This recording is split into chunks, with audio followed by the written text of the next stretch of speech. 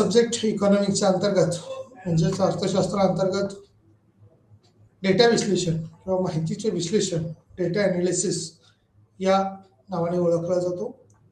Course code BECS अर्थात 184 असा आहे. सब्जेक्ट डेटा ॲनालिसिस किंवा माहितीचे विश्लेषण. ब्लॉक 3 आपण पाहत आहोत. परिमाणवाचक डेटाचे विश्लेषण म्हणजेच ॲनालिसिस ऑफ क्वांटिटेटिव्ह डेटा. परिणामवाचक म्हणजे एखाद्या घटकावरती किंवा एखाद्या संचावरती जो संग्रहित केलेला असतो त्याच्यावरती कसा परिणाम करू शकतो. अतुलनीय माहितीचे विश्लेषण. अतुलनीय म्हणजे ज्याची तुलना करता येत नाही. तुलनात्मकरित्या आपल्याला एकमेकाचं कंपॅरेटिव्ह करणं हे कठीण जात असतं. जसं की आपण असं म्हणतो की स्त्री पुरुष असेल आणि लोकसंख्येच्या संदर्भातली माहिती घेणं आणि त्याचबरोबर सुद्धा दुग्ध उत्पादन असेल त्याच्या संदर्भातली माहिती घेणं हे दोन्ही एकत्र करणं हे शक्य होऊ शकत नाही. वेगळी सांगावी लागते किंवा डिफरंट आहे अशी दाखवावी लागते. म्हणजेच युनिव्हर्सिटी डेटा ॲनालिसिसच्या अनुषंगाने इन्व्हेरिटेड डेटा जो आहे तो वेगळ्या पद्धतीचा असेल. कारण आलेला यामध्ये विशेष करून आपण ज्या वेळेला काही बाबी पाहतो त्यावेळेला अतुलनीय स्वरूपाची म्हणजे त्याचं कंपॅरिझन दुसऱ्या डेटाशी किंवा दुसऱ्या माहितीशी होऊ शकत नाही. अशा पद्धतीचा डेटा किंवा अशा पद्धतीची माहितीचं संकलन हे विश्लेषणात्मक सांगावं लागतं. या विषयामध्ये आपण माहितीच्या विश्लेषणात खूप काही बाबी सुरुवातीला पाहिलेल्या आहेत. म्हणजे युनिट 1 ते युनिट 6 पर्यंत जर आपण सुरुवातीचा पार्ट जर विचारात घेतला तर माहितीचे विश्लेषण करण्याआधी आपल्याला माहिती जमा करणं किंवा गोळा करणं माहिती याला फार महत्त्व असतं. कलेक्शन ऑफ डेटा असं इंग्लिशमध्ये म्हटलं जातं. आणि हा डेटा कलेक्शन ज्या वेळेला आपण करतो त्या डेटा कलेक्शनमध्ये प्राथमिक डेटा आणि दुय्यम डेटा अशा पद्धतीचं विश्लेषण केलं जातं. म्हणजे primary data and secondary data, secondary sources of the data आणि प्रायमरी सोर्सेस ऑफ डेटा असं म्हटलं जातं. तर प्रायमरी सोर्सेसमध्ये देखील पुन्हा त्याचे सब पॉईंट्स किंवा सब टाईप्स आपण म्हणूया आहेत. आणि त्याच्यामध्ये महत्त्वाचा अत्यंत एक असतो तो म्हणजे इंटरव्ह्यू मेथड ज्याला म्हटलं जातं, मुलाखत पद्धती म्हटलं जातं, क्वेश्चनरी मेथड म्हटलं जातं, प्रश्नावली पद्धती म्हटलं जातं आणि इतर काही पद्धती त्या अनुषंगाने मग अनुसूची असेल म्हणजेच निरीक्षणाच्या अनुषंगाने म्हणजेच ऑब्झर्वेशन मेथड असेल. मग ऑब्झर्वेशन असो, इंटरव्ह्यू मेथड असो, क्वेश्चनरी मेथड असो, याच्यातून मिळणारा डेटा हा प्रायमरी सोर्सेस म्हणून कॅल्क्युलेट केला जातो. आणि हा मिक्स स्वरूपात किंवा वेगवेगळ्या पद्धतीचा डेटा हा एकत्रित आलेला असतो आणि त्या डेटावरती प्रक्रिया करण्याचं काम या डेटा ॲनालिसिसमध्ये केलं जातं किंवा तो डेटा हा स्वतंत्र करण्याचं काम हे प्रामुख्याने झालेलं असतं. त्यामुळं परिणामवाचक डेटाचं विश्लेषण किंवा ॲनालिसिस ऑफ क्वांटिटेटिव्ह डेटा, मग याच्यामध्ये अतुलनीय माहितीचे विश्लेषण, इन्व्हायरेस्ट डेटा ॲनालिसिस की या डेटाचं किंवा संकलनाची माहिती ही कशा पद्धतीने देता येऊ शकते, त्याची माहिती कशी असेल त्या अनुषंगाने सांगता येऊ शकतं. त्याचबरोबर परिमाणवाचक माहिती किंवा त्याचं डेटाचं विश्लेषण करताना आपण या ब्लॉक 3 मध्ये जे पाहतोय किंवा अतुलनीय स्वरूपाची माहिती आपण पाहणार आहोत त्यात वेगवेगळ्या घटकाचा प्रामुख्याने समावेश केलेला आपल्याला प्रामुख्याने दिसून येतो.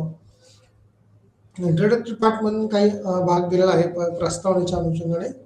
नंबर 2 7.2 मध्ये अन्वेषणात्मक डेटा एक्सप्लोरेटरी डेटा ॲनालिसिस सांगितलेला आहे. 5 संख्या सारांश म्हणजे the 5 number summary and box plot या अनुषंगाने किंवा त्या संदर्भातली बॉक्स प्लॉटच्या अनुषंगाने असणारी समरी किंवा त्यातली माहिती सारांश यामध्ये दिलेला आपल्याला दिसून येतो.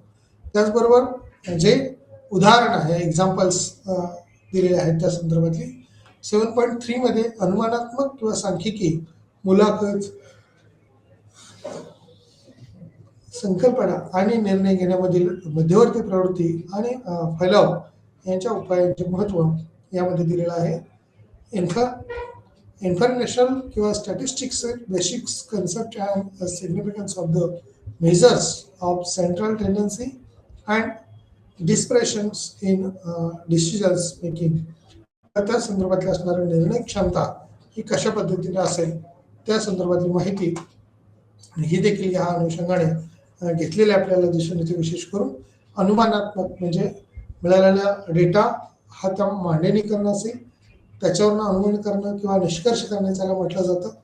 तो निष्कर्ष वरती उपाययोजना देणं हे देखील काम या अनुषंगाने आपल्याला करता येऊ शकतं. या इंट्रोडक्टरी पार्टमध्ये किंवा प्रस्तावनेच्या अनुषंगाने ज्यावेळेला आपण पाहतो त्यावेळेला या 7.1 मध्ये विचार करताना पाठीमागच्याच काही रेफरन्स दिलेला असतो की 1.6 पर्यंत 1.6 अगदी युनिट 1 पासून ते युनिट 6 पर्यंत आपण वेगवेगळ्या पद्धतीने कोणती माहिती घेतली, तर त्याच्यामध्ये विशेष करून मिळालेल्या आकडेवारीवरती प्रक्रिया करताना सरासरी काढणं असेल किंवा सुरुवातीला अगदी चढत्या क्रमाने आलेली आकडेवारी किंवा माहिती मांडणी करणं असेल किंवा उतरत्या क्रमाने त्याची मांडणी करणं असेल, त्याचे गट तयार केले जातात, वेगवेगळे ग्रुपिंग आपण म्हणूया की त्याचं केलं जातं आणि त्या ग्रुपिंगच्या अनुषंगाने टेबलिंग केलं जातं आणि त्या टेबलमध्ये मांडलेली माहिती किंवा एक्सेलमध्ये पहिल्यांदा डेटा मांडल्यानंतर त्याचं ग्रुप पाडणं, ग्रुपमधली माहिती मांडणं आणि याच ग्रुपच्या आधारावरती युनिटच्या आधारावरती वेगवेगळी माहितीच्या आधारावरती एक्सेलला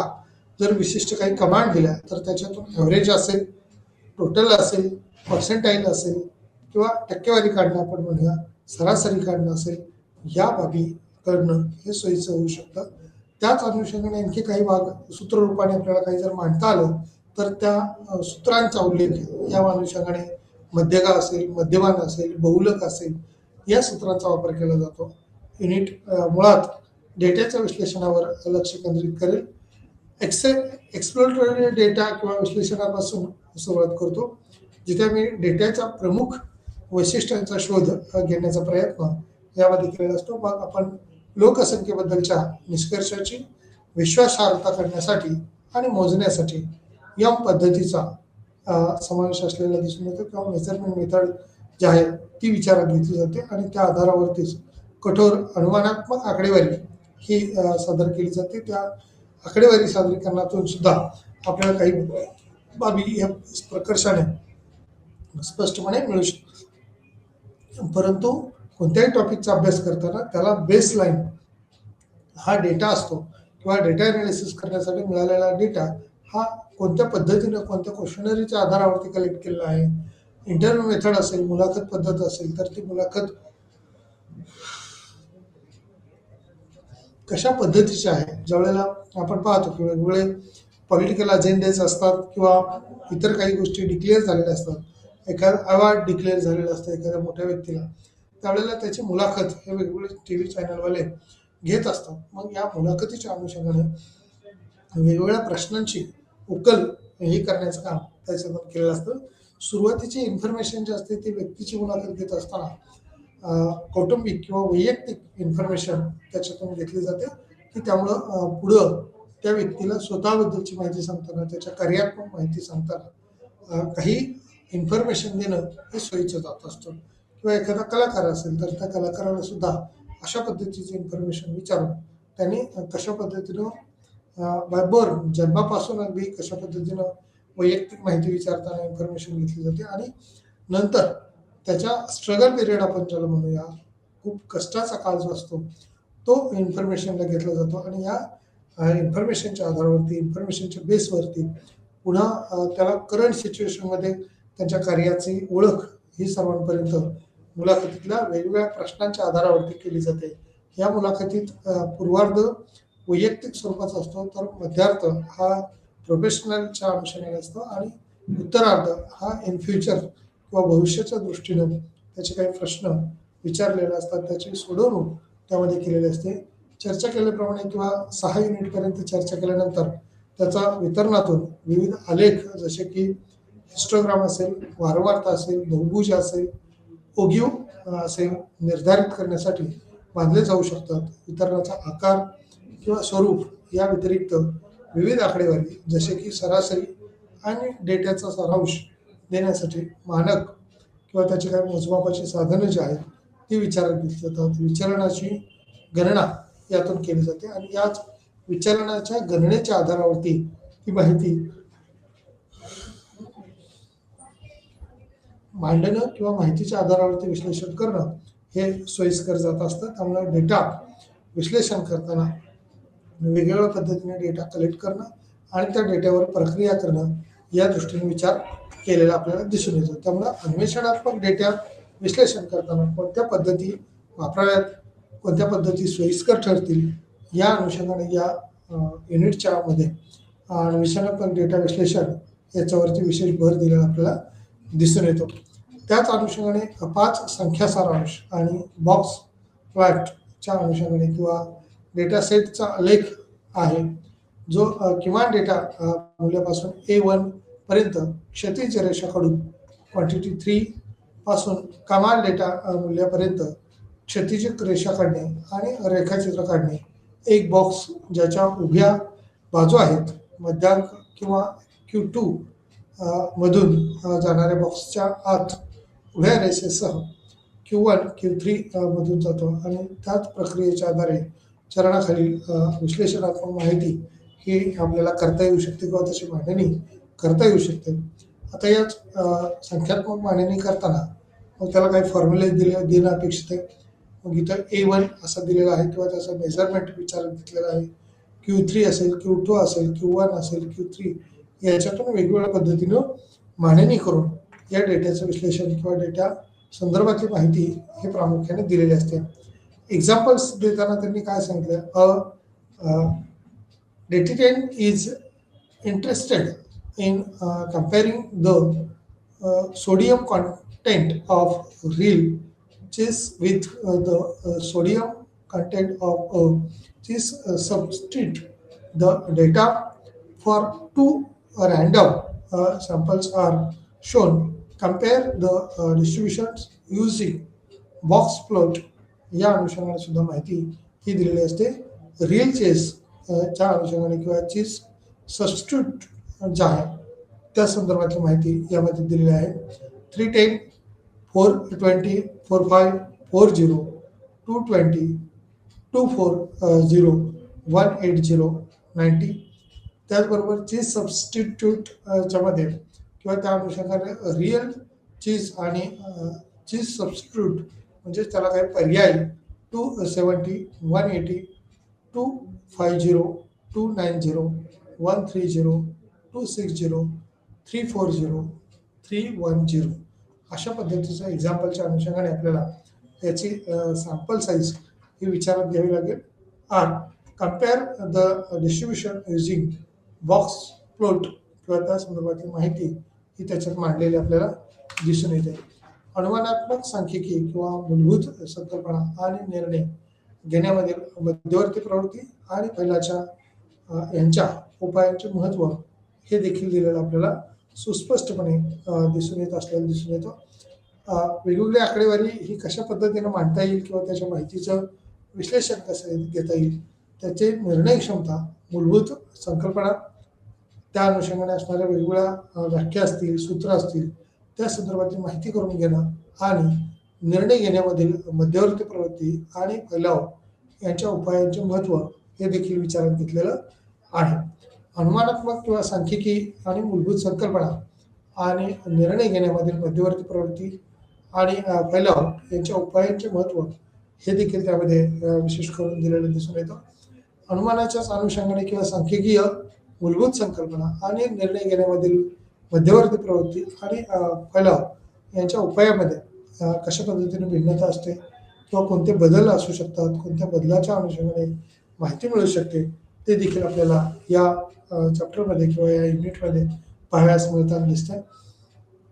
या अनुषंगाने आपण विचार करताना काही माहिती आपण बघूया. एक मिनिट. या 7.3.1 मध्ये पॅरामीटर्स आणि स्टॅटिस्टिक्स जे आहेत, पॅरामीटर्स अँड स्टॅटिस्टिक्स इन्फॉर्मेशन जे आहे ते कशा पद्धतीने आहे किंवा किती पद्धतीने आहे, त्याचबरोबर यादृच्छिक चल आणि संभाव्यता वितरण, रँडम व्हेरिएबल्स, प्रोबॅबिलिटी डिस्ट्रीब्युशन्स जे आहे ते कशा पद्धतीने केलं जातं, सामान्य वितरण, मानक, सामान्य वितरण, व्यावहारिक समस्या normal distribution, standard normal distribution आणि त्याच अनुषंगाने जो व्यावहारिक समस्या सोडवण्यासाठी मानक सामान्य वितरणाचा वापर त्या ठिकाणी केला जातो. Application of standard normal distribution in solving practical problems जे आहेत ते दिलेले आपल्याला दिसून येतील. याच अनुषंगाने पॅरामीटर्सच्या अनुषंगाने ज्या म्हटलंय, ज्या बाबी या ठिकाणी दिलेल्या आहेत त्या जशा वेगवेगळ्या किंवा हायपोथेटिकल म्हटलंय, परिकल्पनाच म्हटलंय, म्हणजेच गृहीतक त्यामध्ये दिलेले आहेत. याच अनुषंगाने ज्यावेळेला आपण इथं यादृच्छिक चल आणि संभाव्य वितरण म्हटलंय, या यादृच्छिक चलामध्ये किंवा संभाव्य चलामध्ये कोणत्या बाबीचा विशेष भर दिलेला असतो, तर विशेष करून संग्रहित करण्यासाठी घेतलेला काही जो नमुना असेल, एरियाज असेल, सॅम्पल साईज आपण म्हणूया, त्या सॅम्पल साईजमधून त्याचे क्रमवारी करून कोणत्या पद्धतीनं नमुना कलेक्ट करावा.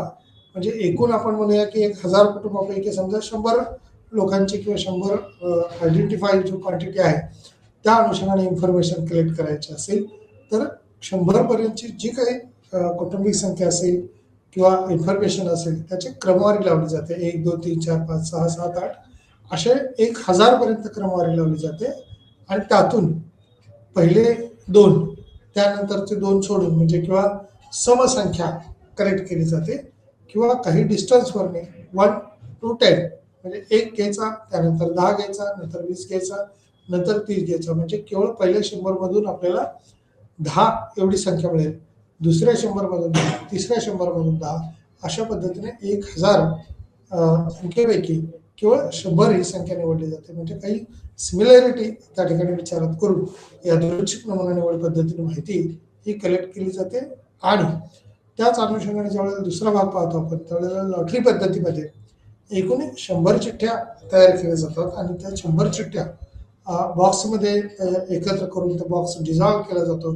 जसे की आपण वेगवेगळ्या पेट्रोल पंप असेल किंवा वेगवेगळ्या स्कीम्स असतात प्रायव्हेट सेक्टरमध्ये, त्या स्कीम ह्या लोकांना अट्रॅक्ट करण्यासाठी असतात आणि त्या बॉक्समध्ये त्यांच्या नावाची चिठ्ठी टाकायला सांगितलं जाते आणि या चिठ्ठीच्या आधारावरती बॉक्स हलवून नंतर ज्या लहान मुलाच्या मदतीनं किंवा ज्याला त्या संदर्भातलं ज्ञान फारसं नाही किंवा तर्काधिष्ठित विचारसरणी ज्याच्याकडे नसते त्या वरती किंवा भेदभाव आपण म्हणूया आपण त्या प्रकारचा होणार नाही या दृष्टीने विचार करून ही माहिती यातील 1000 चिठ्ठ्यापैकी 100 चिठ्ठ्या ह्या बाजूला केल्या जातात, उचलल्या जातात आणि त्यातूनच त्या 100 जणांची मुलाखत किंवा 100 जणांकडून प्रश्नावलीच्या सहाय्याने माहिती घेण्याचं कार्य हे प्रामुख्याने केलं जातं. सामान्य वितरणाच्या अनुषंगाने या नॉर्मल डिस्ट्रीब्युशनच्या मेथडमध्ये वेगवेगळ्या पद्धतीने त्याची माहिती ही घेतली जाते. विशेष करून मानक सामान्य वितरण किंवा नॉर्मल डिस्ट्रीब्युशन त्या पद्धतीने सुद्धा माहिती याच्यात आलेली दिसून येते. व्यावहारिक समस्या जी आहे ती सोडवण्यासाठी मानक सामान्य वितरणाचा वापर केला जातो. याच application of standard normal distribution in solving practical problem जे आहेत त्या प्रॅक्टिकल प्रॉब्लेमच्या अनुषंगाने देखील याच्यातली माहिती कशा पद्धतीने घेता येईल, परिकल्पनांची माहिती कशी मांडता येऊ शकते किंवा किती प्रमाणात मांडता येऊ शकते त्या साठी. कारण माहितीचे विश्लेषण करताना किंवा डेटा कलेक्ट केल्यानंतर काही बाबी जर आपण गृहीत नाही धरल्या तर त्या गृहिताशिवाय तो नियम किंवा तो डेटा कलेक्ट करणं हे आपल्याला अप्रोप्रिएट किंवा योग्य होणार नाही. त्या योग्य होण्याच्या दृष्टीने आपण व्यावहारिक माहिती समस्या सोडवण्याच्या दृष्टीने मानक हे विचारात घेत असतो. वितरणाचा वापर करून परिकल्पना त्यातली विश्लेषणात्मक माहिती ही देखील देण्याचं काम हे निश्चितपणे झालेलं असतं. Application of standard normal distribution in solving practical problems किंवा हायपोथेसिस हे देखील त्याच्यात मांडलेले असतात किंवा त्याची सोडवणूक ही झालेली असते. त्यामुळे पॅरामीटर्स किंवा स्टॅटिस्टिक्स हे त्या अनुषंगाने दिलेलं आहे.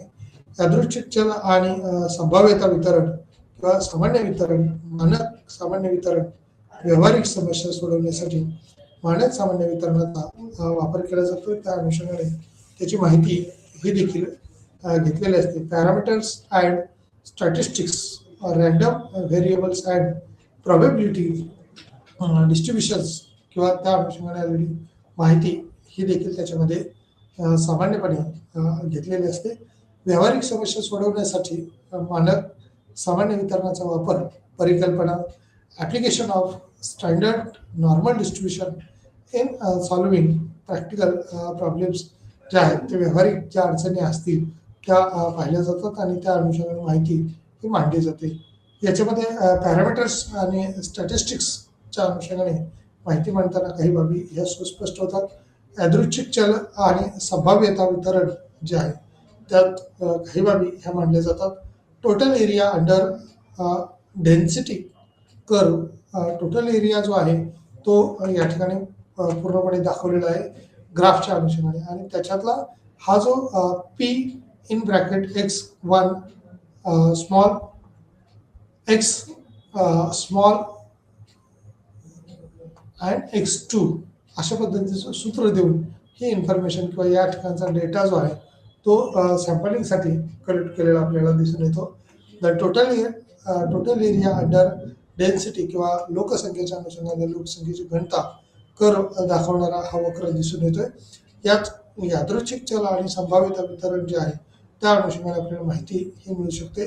प्रॉबॅबिलिटी ऑफ डेन्सिटी कर्व जो आहे तो लोकसंख्येच्या घनतेच्या अनुषंगाने या वक्रामध्ये OX असेल, OY असेल किंवा OX FX आहे आणि या ठिकाणी FXच्या अनुषंगाने कर्व हा डावीकडून उजवीकडे वरती गेलेला परंतु नंतर तो खाली झुकलेला आपल्याला दिसून येतोय. म्हणजेच डेन्सिटी जी आहे ती नंतर डाऊन सिच्युएशनला म्हणजे काही ठराविक काळामध्ये ती वाढलेली आहे आणि नंतर ती घटलेली आहे अशा पद्धतीचे त्या ठिकाणी निष्कर्ष येऊ शकतो. सामान्य वितरणाच्या अनुषंगाने काही ग्राफिकल इन्फॉर्मेशन ज्यावेळेला आपण पाहतो ती कशा पद्धतीची असू शकते.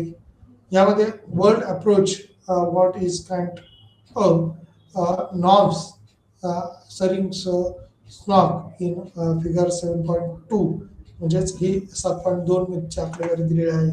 त्याच्यामध्ये random sample of 100 womens with decrease म्हणजे 100 महिलांची माहिती या ठिकाणी घेतलेली आहे आणि त्याचा ग्राफ हा या ठिकाणी दाखवलेला आपल्याला दिसून येतो. हा स्तंभालेख काढलेला आहे. त्याच पद्धतीने sample size increase and classes जर संख्या त्या ठिकाणी वाढवलेली असेल आणि स्तंभालेख काढायला सांगितलेला असेल तर अशा पद्धतीची माहिती या आलेखाच्या सहाय्याने दिलेली असते. एक्सेलमध्ये आपण माहिती मांडल्यानंतर त्याची कमांड ज्या वेळेला आपण एक्सेलला देतो त्यावेळेला त्याचं ग्राफिकल क्लासिफिकेशन जे आहे ते आपल्याला निश्चितपणे यातून मिळत असतं.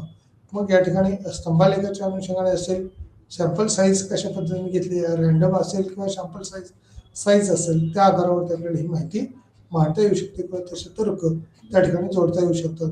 Sample size increase and class wise decreases further.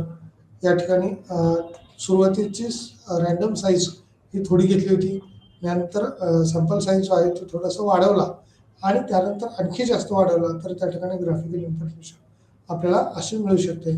Normal distribution for the population. Normally लोकसंख्येचं वितरण जे आहे ते या पिरॅमिडसारखं आपल्याला वरती वाढलेलं आपल्याला दिसून येते आणि याच वाढलेल्या पिरॅमिडच्या अनुषंगाने मिळालेली माहिती ही कशा पद्धतीने मांडता येईल, किती प्रमाणात मांडता येईल ती आपल्याला दिसून येईल. या नॉर्मल इन्फॉर्मेशनच्या अनुषंगाने देखील काही बाबी ह्या सुस्पष्ट असू शकतात. त्यात sample size increase and class with decrease further. यामध्ये फॉर्मल डिस्ट्रीब्युशन असेल फॉर द पॉप्युलेशन किंवा त्या संदर्भातली असणारी माहिती ही किती आहे किंवा कोणत्या पद्धतीने माहिती देता येऊ शकते ते दर्शवलेलं आहे. रँडम सॅम्पल असेल किंवा सॅम्पल साईज इन्क्रीज असेल, या सॅम्पल साईजच्या अनुषंगाने increasing normal distribution further creation कसं वाढू शकेल, किती प्रमाणात वाढू शकेल ते पाहिलं जाईल.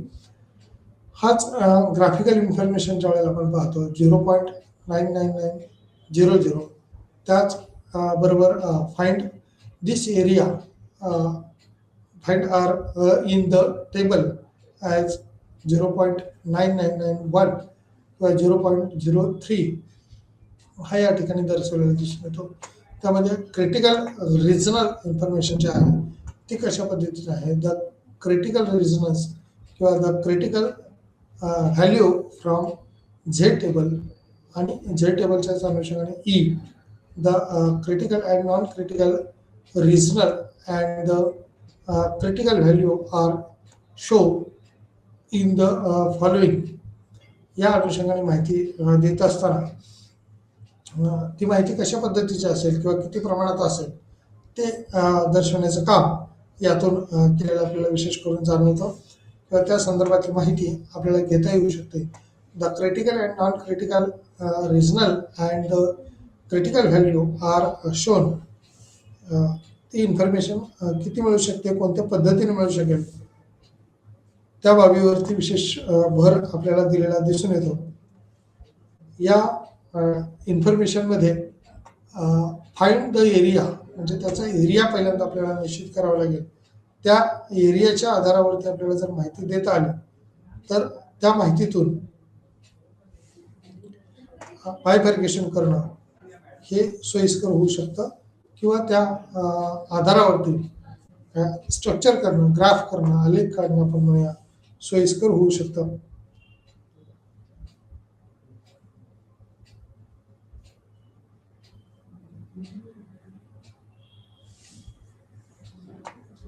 द क्रिटिकल रिझन्स ज्या वेळेला आपण पाहतो त्यावेळेला ते कशा पद्धतीचे असेल. The critical and non critical reasons and critical value are shown in the following graph जो आहे तो खालचा ग्राफ नॉन क्रिटिकल किंवा 0.999 आणि क्रिटिकल 0.01 या अनुषंगाने सुद्धा आपल्याला ही इन्फॉर्मेशन मांडता येऊ शकते किंवा तशा पद्धतीने ती इन्क्रीज झालेली आपल्याला दिसून येऊ शकते. यात कोणती इन्फॉर्मेशन कशा पद्धतीने मांडावी किंवा किती मांडली पाहिजे त्या अनुषंगाने काही बाबी ह्या महत्वाच्या पद्धतीने माहिती होतील. त्यात परिकल्पना किंवा काही गृहीतक जे आहेत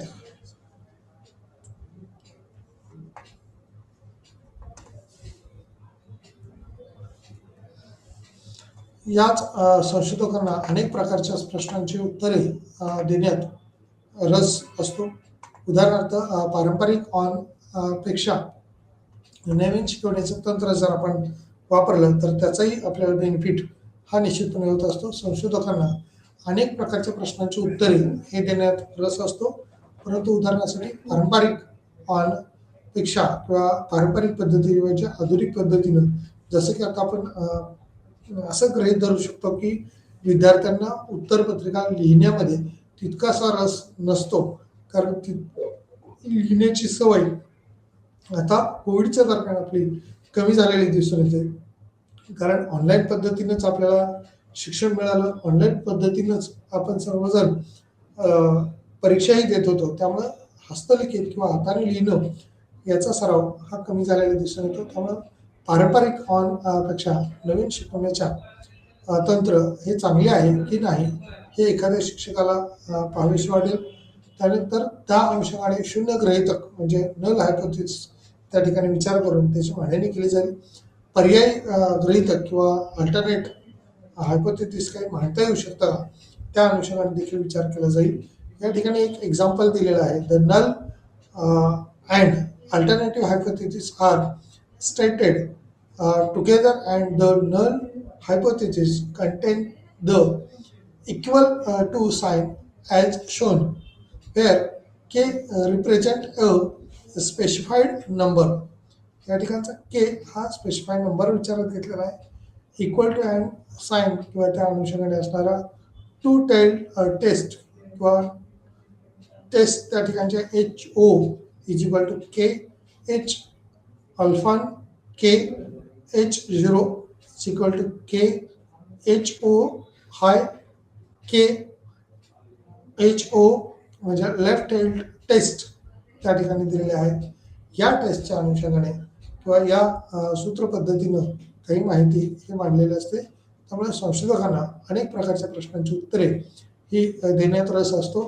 उदाहरणार्थ पारंपरिक ऑन पेक्षा नवीन शिकवण्याचे किंवा नवीन तंत्र जर वापरलेलं असेल तर त्याचं जास्त बेनिफिट हा प्रामुख्याने मिळत असतो. त्याच अनुषंगाने शिक्षकाला पाहावीशी वाटेल किंवा त्या अनुषंगाने माहिती ही घ्यावीशी वाटेल त्या पद्धतीनं त्याची माहिती किंवा त्या अनुषंगाने तशा काही बाबी ह्या निश्चितपणे दिलेल्या आपल्याला दिसून येतात. त्यामुळे शून्य गृहीतक, पर्यायी गृहीतक याचा आपल्याला विचार करून त्याची मांडणी ही प्रामुख्याने करावी लागत असलेली दिसून येते. अनुमानित सांख्यिकी किंवा बिंदू अंदाज आणि लोकसंख्या मापदंडासाठी आत्मविश्वास अंतराळ सेट करणे, त्याचबरोबर प्रमाणासाठी आत्मविश्वास अंतराळ आणि कन्क्लुजनकडे आपण जाणार आहोत. इन्फरमेंटल स्टॅटिस्टिक्स पॉईंट्स जे आहेत, essential estimated and setting of confidence intervals for population parameters आणि कॉन्फिडन्स इंटरवल्स अँड फॉर प्रॉपरेशन या अनुषंगाने काही माहिती हे प्रमाणशीर आत्मविश्वासाच्या अनुषंगाने अंतराल किंवा त्याचे काही घटक जे आहेत त्यातून आपल्याला निश्चितपणे मिळू शकेल असा अंदाज या ठिकाणी आहे.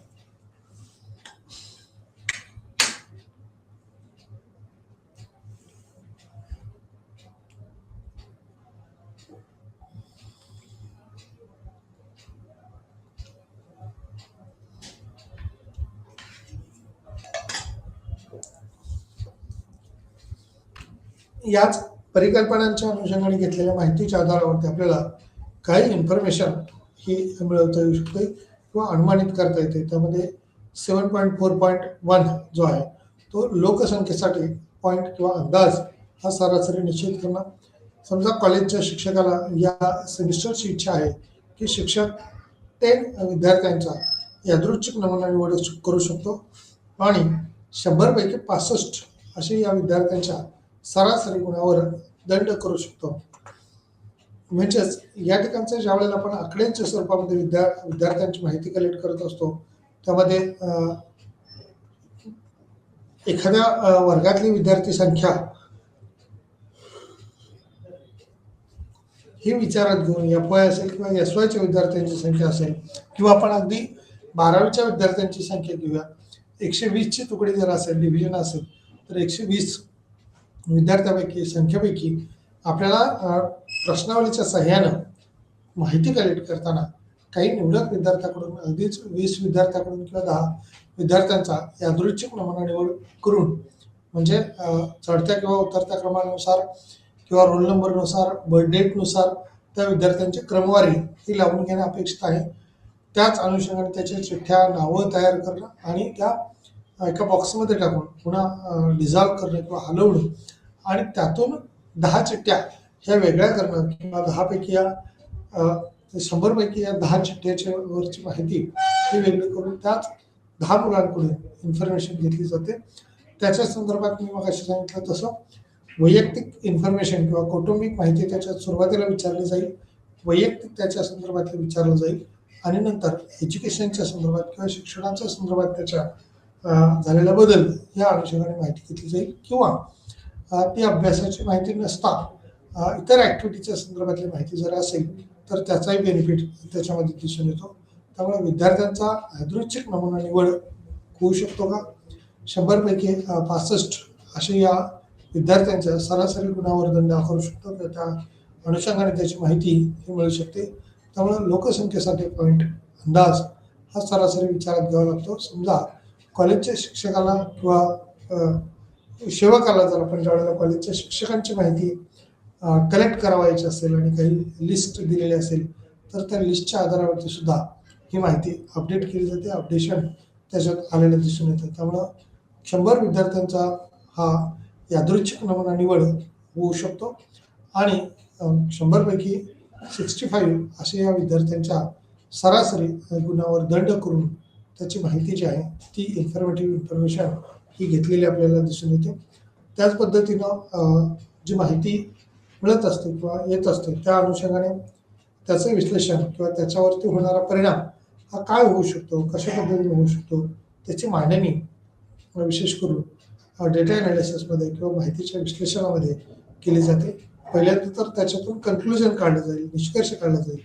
याच निष्कर्षाच्या आधारावरती या माहितीवरती उपाययोजना कशा करता येईल, ज्याचे प्रॉब्लेम आहेत तिथं उपाययोजना कशा करता येईल, ज्याचे प्रॉब्लेम नाही त्या ठिकाणी त्याचा बेनिफिट किंवा त्यांना कसा मिळतोय ते पाहिलं जाईल. याच बेनिफिटच्या किंवा फायद्याच्या आधारावरती जर इन्फॉर्मेशन घेतली तर निश्चितपणे त्याचा इतरांना हा बेनिफिट मिळतो. त्याच बेनिफिशरीला देखील त्याचा फायदा हा निश्चितपणे होत असतो. म्हणजेच एखाद्या विद्यार्थ्याला चांगले टक्केवारी मार्क मिळालेले आहेत किंवा ग्रेड सिस्टीममध्ये असतील, चांगले ग्रेड आपल्याला जर मिळालेले असतील तर त्याचा फायदा त्यांना निश्चितपणे होतो. परंतु जर ग्रेड कमी असतील तर त्या अनुषंगाने त्या विद्यार्थ्यांना पद्धतीनं कोचिंग किंवा वेगळं काही शिक्षणासाठी लावता येईल या दृष्टीने देखील त्याचा विचार हा केलेला असतो. त्यामुळे विद्यार्थ्यांचा यादृच्छिक नमुना निवड होऊ शकतो आणि 100पैकी 65 असे या विद्यार्थ्यांच्या सरासरी गुणावर दंड करून किंवा त्या संदर्भातली माहिती मांडता येऊ शकते. याच यादृच्छिक नमुना निवड पद्धतीतला जो ग्राफ आपण पाठीमागे पाहिला तशाच अनुषंगाने या ग्राफची रचना ही झालेली आपल्याला दिसून येते. यादृच्छिक नमुना किंवा यादृच्छिक पद्धतीची माहिती ही याच्यात मांडली जाते. 0.95 जो a divided by 2 is equal to 0.025 आणि a divided by 2 is equal to 0.025 ही माहिती मांडता येऊ शकते. ZA oblique 2 in bracket a divided by delta n ZA oblique Z किंवा 6 divided by 10 अशी माहिती या ठिकाणी दिलेली आपल्याला दिसून येऊ शकते. आता याच माहितीच्या आधारावरती आपल्याला काही बाबी ह्या सुस्पष्टपणे करता येऊ शकतात का, ते कसे मांडता येईल त्या संदर्भातली माहिती ही तक्त्याच्या अनुषंगाने आपल्याला देता येऊ शकते. यामध्ये आपण काय काय शिकतोय किंवा काय काय शिकलो या अनुषंगाने रिपीट अगेन ज्या वेळेला आपण पाहतो त्यावेळेला काही सुरुवातीचा भाग होता तो म्हणजे इंट्रोडक्टरी पार्टवर आपण फोकस करणार आहोत. अन्वेषणात्मक किंवा एक्सप्लोरेटरी डेटा अनालिसिस जे आहे ते यामध्ये दर्शवलेलं आहे. याच एक्सप्लोरेटरी डेटा अनालिसिसमध्ये किंवा अन्वेषणात्मक डेटा विश्लेषण करताना 5 संख्या सारांश किंवा त्या ठिकाणी काही बॉक्स प्लेट दिलेले आहेत. तर 5 number summary and box plots information जे आहे ती दिलेली आहे. अनुमानात्मक सांख्यिकी किंवा मूलभूत संकल्पना आणि निर्णय या घेण्यामधील मध्यवर्ती प्रवृत्ती आणि फैलाव यांच्या उपायांचे महत्त्व त्या ठिकाणी दिलेलं आहे. इन्फॉर्मेशन किंवा statistical based concept and significance of measures of central tendency and dispersions in decisions making जे आहे ते निश्चित केले जाईल किंवा त्याच्यावरचे निर्णय क्षमता जी आहे ती ठरवली जाईल. म्हणजे अनुमानात्मक सांख्यिकी किंवा कोणत्या पद्धतीचे निष्कर्ष निघावेत या अनुषंगाने ह्याची मूलभूत संकल्पना पाहिली जाईल. निर्णय घेण्यामधील काही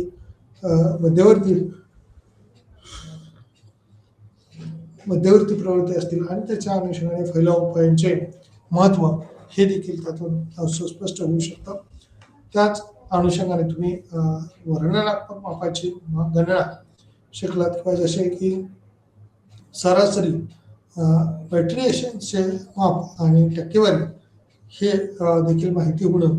जसे की मागच्या 1 ते 6 युनिटमध्ये आपल्याला वेगवेगळ्या पद्धतीने बहुलक असेल, मध्यक असेल, मध्यमान असेल या संदर्भातली माहिती मिळाली. तशी ते टक्केवारीच्या अनुषंगाने सुद्धा जसं की 10वीला किती टक्के मार्क मिळाले, 12वीला किती टक्के मार्क मिळाले, तर ही आपल्याला वेगवेगळ्या विषयात मिळालेल्या मार्कांची बेरीज आणि नंबर ऑफ सब्जेक्ट जे असतात त्याचं डिवायडेशन करून आपल्याला माहिती ही काढता येऊ शकते. त्याच एक्सप्लोरेटरी डेटा विश्लेषणापासून सुरुवात करता येते, जिथे आम्ही डेटाच्या प्रमुख वैशिष्ट्यांचा शोध घेण्याचा प्रयत्न करतो. मग आपण लोकसंख्येबद्दलच्या निष्कर्षाची विश्वासार्हता काढण्यासाठी आणि मोजण्यासाठी यम पद्धतीचा समावेश असलेल्या अधिक कठोर अनुमानात्मक आकडेवारीकडे पाहिलं जातं. याच आकडेवारीच्या आधारावरती ही माहिती एकत्रित केली जाते आणि त्या एकत्रित माहितीवर पुन्हा प्रक्रिया करण्याचं काम हे या अनुषंगाने केलेलं आपल्याला दिसून येतं किंवा या अनुषंगाने माहिती ही कलेक्ट केलेली आपल्याला पाहावयास मिळते.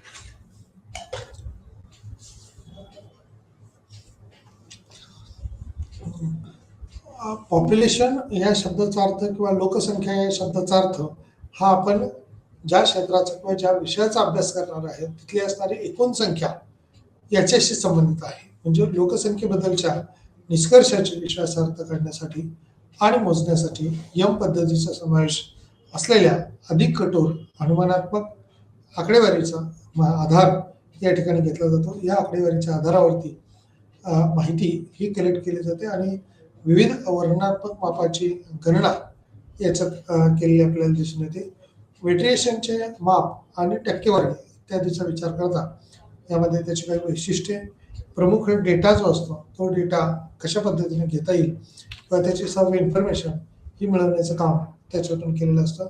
अन्वेषणात्मक डेटा विश्लेषण त्यामध्ये पारंपरिक आकडेवारी असेल, वारंवारता असेल, ती वारंवारता वापरून मिळालेली माहिती असेल, ती माहिती कशा पद्धतीने विचारात घेता येईल, आयोजित केला जाऊ शकतो, वितरण केलं जाऊ शकतो.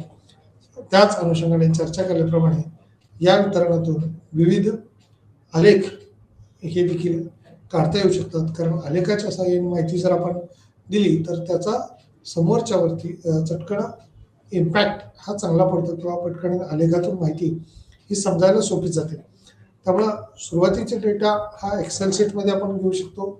त्यानंतर त्याचं टेबलायझेशन करणं किंवा टॅब्युलेशन करणं असेल, त्या टेबलच्या आधारावरती ग्राफ जर आलेख काढला तर तो हिस्टोग्राम असेल किंवा वारंवारता बहुभुज असेल किंवा ओगी निर्धारित करण्यासाठी मग स्तंभालेख असतील, रेषीय आलेख असतील किंवा पायचार्ट असतील जे सर्कलच्या स्वरूपात असतात, याचा देखील विचार अन्वेषण डेटा विश्लेषणाच्या आधारावरती करता येऊ शकतो किंवा त्या संदर्भात आपल्याला मांडणी ही करावी लागते.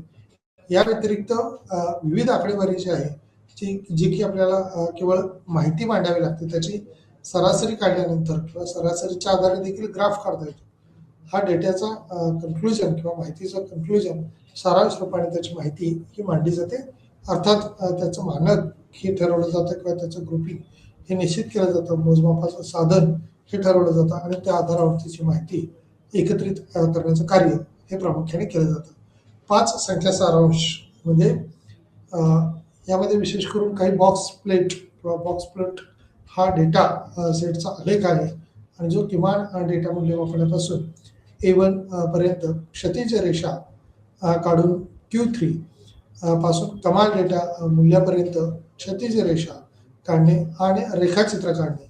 एक बॉक्स ज्याच्या उभ्या बाजू आहेत, मध्यम किंवा A2 च्या अनुषंगाने असेल, Q2 असेल, Q1 असेल, Q3 असेल, Q1, Q2, Q3 मधून ज्याच्या प्रक्रियात्मक माहिती किंवा रेखाचित्राच्या अनुषंगाने असेल, ग्राफिकलच्या अनुषंगाने असेल, ती माहिती आपल्याला मांडावी लागते किंवा मांडता येते.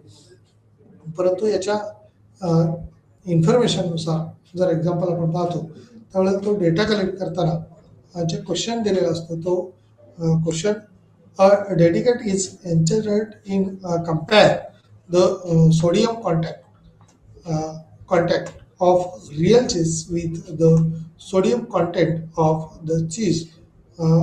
Substitute the data for two random sample are shown. Compare the distribution using box plot. या ठिकाणी रिअल चीज आणि चीज सबस्टिट्यूट या अनुषंगाचा जो डेटा आहे तो मिळालेला आहे. या डेटामध्ये सुरुवातीला जर आपण पाहिलं तर 8 संख्या वेगवेगळ्या दिलेल्या आहेत. त्याच्यामध्ये 310 आहे, 420 आहे, 45 आहे, 40 आहे, अशा 4 संख्या आणि खाली 4 संख्या दिलेल्या आहेत. तसंच चीज सबस्टिट्यूटमध्ये देखील 4 संख्या दिलेल्या आहेत आणि नंतर खाली 4 अशा 8 संख्या दिलेल्या आहेत. म्हणजे या ठिकाणी कंपॅरिझन करताना दोन्हीकडं समानता असते किंवा समान पातळीवरची आकडेवारी त्या ठिकाणी मांडलेली आपल्याला दिसून येते. याच संख्यात्मक आकड्यांच्या आधारावरती आपल्याला पुन्हा माहितीचं विश्लेषण हे करणं किंवा टेबल करणं आणि त्या अनुषंगाने याच टेबलवर ग्राफ निर्मिती करणं हे आपल्याला सोयीचं होऊ शकते. त्यानंतर अनुमानात्मक किंवा कन्क्लुजनकडे जात असताना अनुमानात्मक सांख्यिकी, मूलभूत संकल्पना आणि निर्णय घेण्यामधील मध्यवर्ती प्रवृत्ती आणि फैलाव यांच्या उपायांचे महत्त्व त्यामध्ये विचारात घेतलेलं आहे. या अनुमानात्मक किंवा सांख्यिकीय मूलभूत संकल्पनाच्या आधारावरती निर्णय घेण्यामध्ये मध्यवर्ती प्रवृत्ती असेल किंवा फैलाव यांच्या उपायांचे महत्त्व हे देखील त्यामध्ये दिलेलं आपल्याला विशेष करून दिसून येत असतं. यात कोणत्या पद्धतीचं किंवा कसं महत्त्व देता येईल ते माहिती सांगितली जाते आणि त्या माहितीतून वेगळी मांडणी ही विशेष करून झालेली आपल्याला पाहायला मिळते. त्यात अनुमान काढणं म्हणजेच निष्कर्ष काढणं, या निष्कर्षामध्ये मूलभूत संकल्पना आणि निर्णय घेण्यामधील मध्यवर्ती प्रवृत्ती आणि फैलाव यांच्या उपायांचे महत्त्व हे देखील दिलेलं दिसून येतं.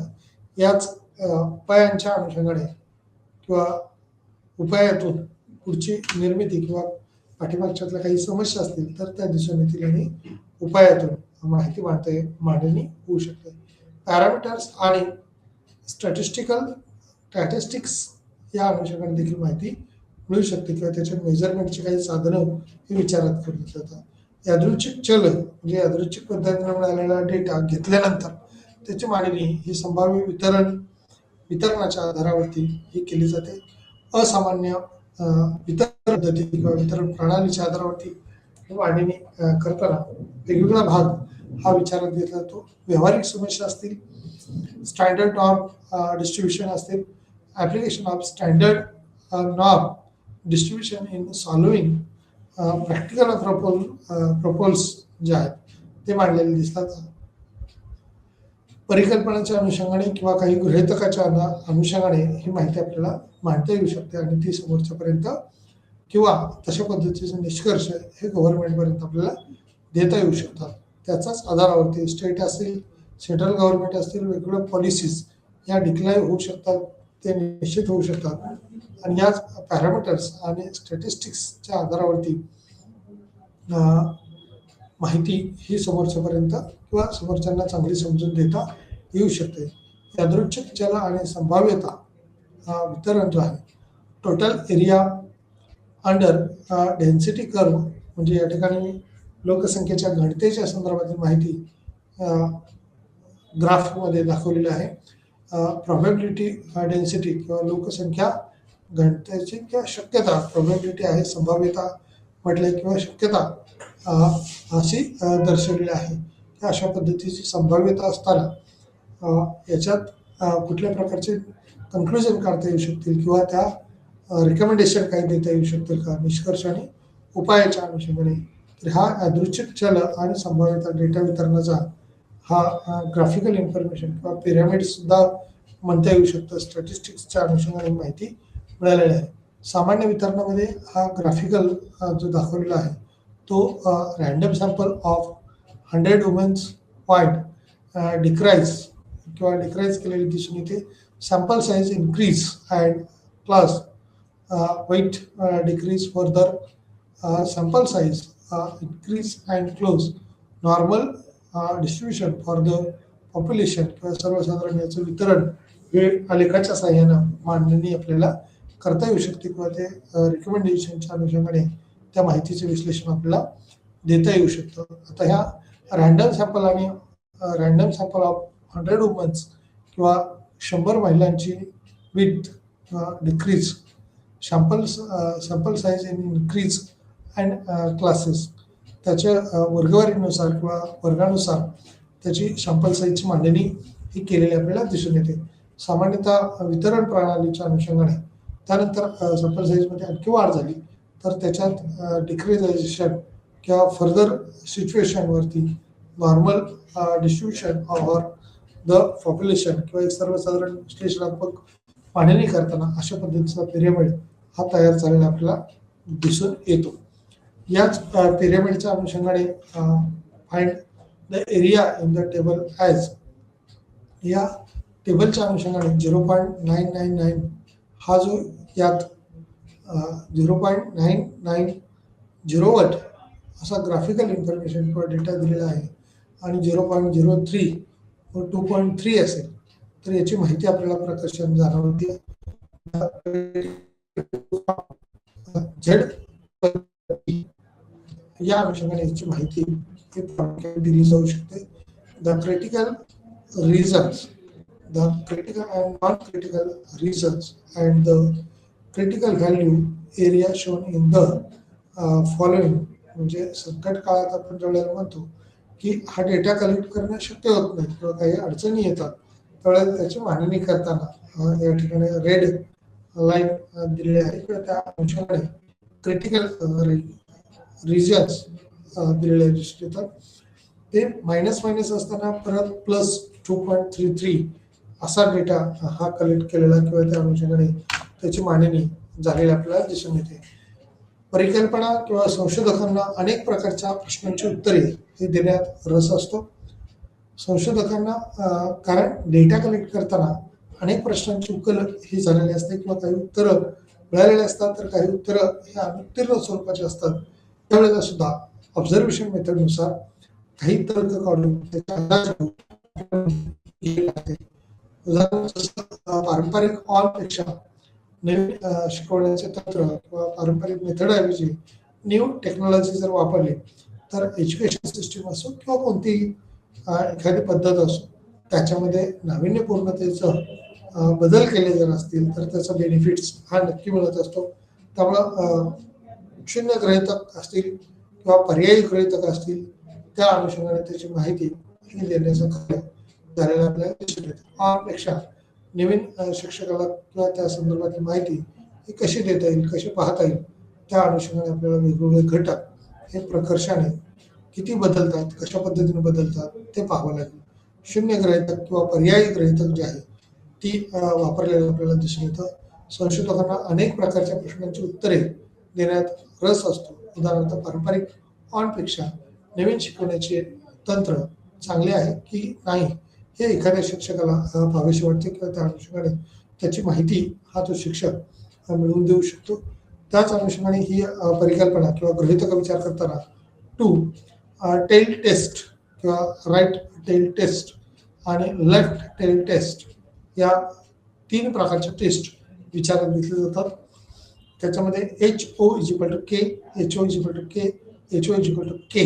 आता हा त्याचा प्रभाव जो आहे तो पहिल्या स्टेजमध्ये आहे तसं दाखवलं आहे, परंतु दुसऱ्यामध्ये तो भिन्न स्वरूपाचा आहे. HOचा खूप जास्त आहे, Kचा कमी आहे आणि लेफ्ट टेलच्या अनुषंगाने HOचा कमी आहे आणि Kचा प्रभाव जास्त आहे. अशा पद्धतीची माहिती आपल्याला डोळ्यासमोर येते किंवा त्या अनुषंगाने निष्कर्षाकडे आपण त्या उदाहरणाच्या अनुषंगाने येऊ शकतो अशी स्थिती आहे. याच शून्य परिकल्पनेनुसार जस्ट नल हायपोथेसिस आपण ज्यावेळेला पाहतो त्यातली त्या आधारावरती सुद्धा एखादा गृहीतक एखाद्या उद्दिष्टाच्या अनुषंगाने लागू आहे किंवा नाही ते आपल्याला समजून येऊ शकतं आणि नसेल तर ते त्यातून येणारे बेनिफिट्स असतील, लॉस असतील ते कशा पद्धतीचे आहेत ते माहिती करून घेतले जातात. शून्य गृहीतक जर असेल किंवा पर्यायी गृहीतक जर असेल तर त्याला कोणता पर्याय आहे, कशा पद्धतीचा पर्याय आहे त्या संदर्भातील माहिती हे प्रामुख्याने घेण्याचं कार्य या हायपोथेसिसच्या अनुषंगाने झालेलं आपल्याला दिसून येतं. एक मिनिट.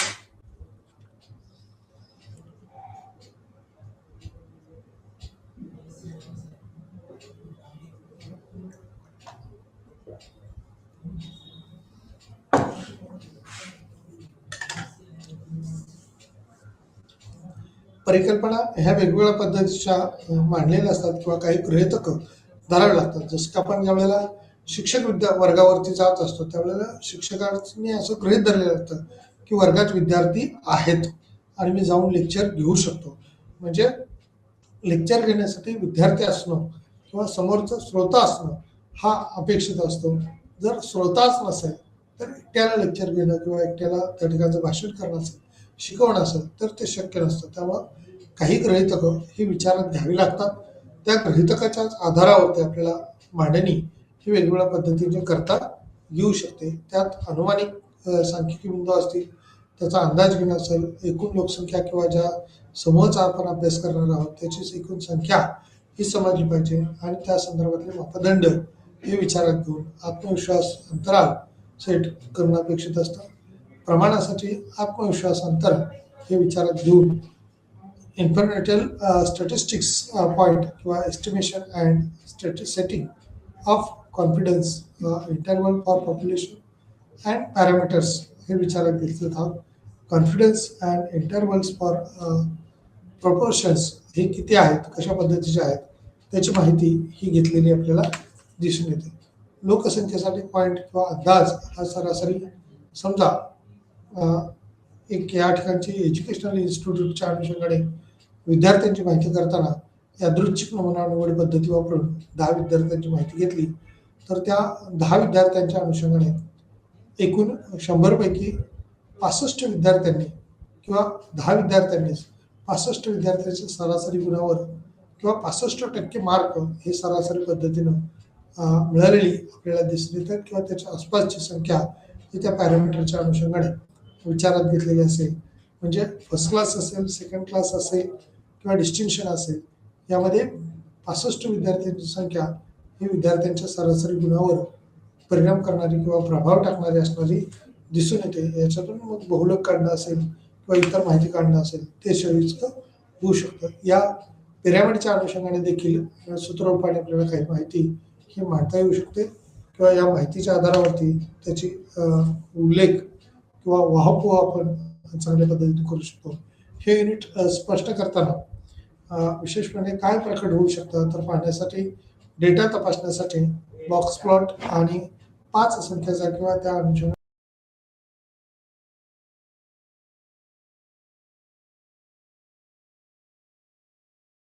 प्रमाणावर वापरले जाणारे केंद्रीय प्रवृत्ती, उपाय आणि त्या अनुषंगाने फैलाव यांचे महत्त्व हे विचारात घेतलं जातं. म्हणजेच मिळणारी माहिती ही कशा पद्धतीची आहे, त्या माहितीवरती प्रक्रिया केल्यानंतर ग्राफिकल इन्फॉर्मेशन आपल्याला चांगलं मिळू शकतं.